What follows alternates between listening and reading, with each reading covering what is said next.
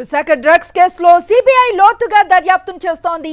సంధ్య aqua యాజమాన్యం call డేటాపై CBI అధికారులు దృష్టి పెట్టారు. విశాఖ పోర్టులో కస్టమ్స్ కార్యకలాపాలపై సిబిఐ నిఘా పెట్టింది. డ్రగ్స్ కంటైనర్ తనిఖీలకు వచ్చిన సిబిఐకి మొదట ఆశించిన సహకారం లభించలేదని సమాచారం. పోర్టు నుంచి సిఎఫ్ఎస్ కు వెళ్లే కంటైనర్ల తనిఖీలకు అనుసరించే విధానంపై సిబిఐ అధికారులు ఆరా తీశారు. పోర్టు నుంచి సిఎఫ్ఎస్ కు వెళ్లే కంటైనర్ల తనిఖీలకు అనుసరించే విధానంపైన ఆరా తీశారు. కస్టమ్స్ పనితీరులో లోపాలు నిర్ధారణ జరిగితే ప్రత్యేకంగా ప్రస్తావించే అవకాశం ఉన్నట్లుగా తెలుస్తోంది. ఇక ఇదే అంశానికి సంబంధించిన పూర్తి సమాచారం మా కరెస్పాండెంట్ నరేష్ అందిస్తారు. నరేష్, అనుశ్రీ, ప్రస్తుతం విశాఖపట్నం ఈ కంటైనర్ డ్రగ్స్ కేసుకు సంబంధించి లోతైన దర్యాప్తు సిబిఐ చేస్తుంది.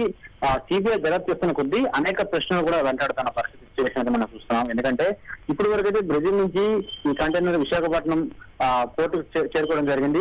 కానీ ఇప్పటి వరకు ఈ ఏదైతే కంటైనర్ సంబంధించి లోపల ఉన్న సంధ్య ఆక్వా ఎక్స్పోర్ట్స్ చెప్తున్నట్లుగా డెడ్ ఈస్ట్ కి సంబంధించి ట్రాన్సాక్షన్ మాత్రం ఏమీ జరిగినట్టు గుర్తించారు. అందుకనే అసలు వీరు ఏ విధంగా కాంటాక్ట్ అయ్యారు అనే విధంగా తెలుసుకోవడానికి వీళ్ళు కాల్ డేటా అనేది చెక్ చేసిన యాజమాన్యం సంబంధించి ఎవరైతే మేజర్ గా ఉన్నారో, ఎవరైతే బ్రెజిల్ లో ఉన్న కంపెనీ కాంటాక్ట్ చేశారో వారితోటి సంప్రదింపులు జరిగిన సమయంలో కాల్ డేటా ఏ విధంగా ఉంది, కాల్ డేటా నుంచి ఏమున్నాయనే అంశంపై కూడా సిబిఐ దృష్టి సారించింది. మరోవైపు 19వ తేదీన విశాఖపట్నంలో సిబిఐ వచ్చిన తర్వాత కస్టమ్స్ అధికారుల నుంచి కొంత అనుకున్నంత స్పందన అయితే కనిపించలేదని కూడా మనకు తెలుస్తున్న సమాచారం. ఎందుకంటే లోపలికి వెళ్ళిన కస్టమ్స్ అధికారులు సుమారు గంట సేపు కూడా సిబిఐ అధికారులను లోపలికి వెళ్ళనివ్వకుండా ఆపినట్లుగా తెలుస్తుంది. అయితే వారి దగ్గర నుంచి ఆశించినంత సహకారమే రావాలని తెలుస్తుంది. ఇలాంటి తరుణంలో కస్టమ్స్ అధికారుల పాత్ర ఎంతవరకు ఉంది, అదేవిధంగా సంధ్య ఆక్వా ఎక్స్పోర్ట్ ప్రైవేట్ లిమిటెడ్ యాజమాన్యానికి సంబంధించి ఎవరితో మాట్లాడాలనుకున్న ప్రశ్న సిబిఐ దర్యాప్తు చేస్తుంది.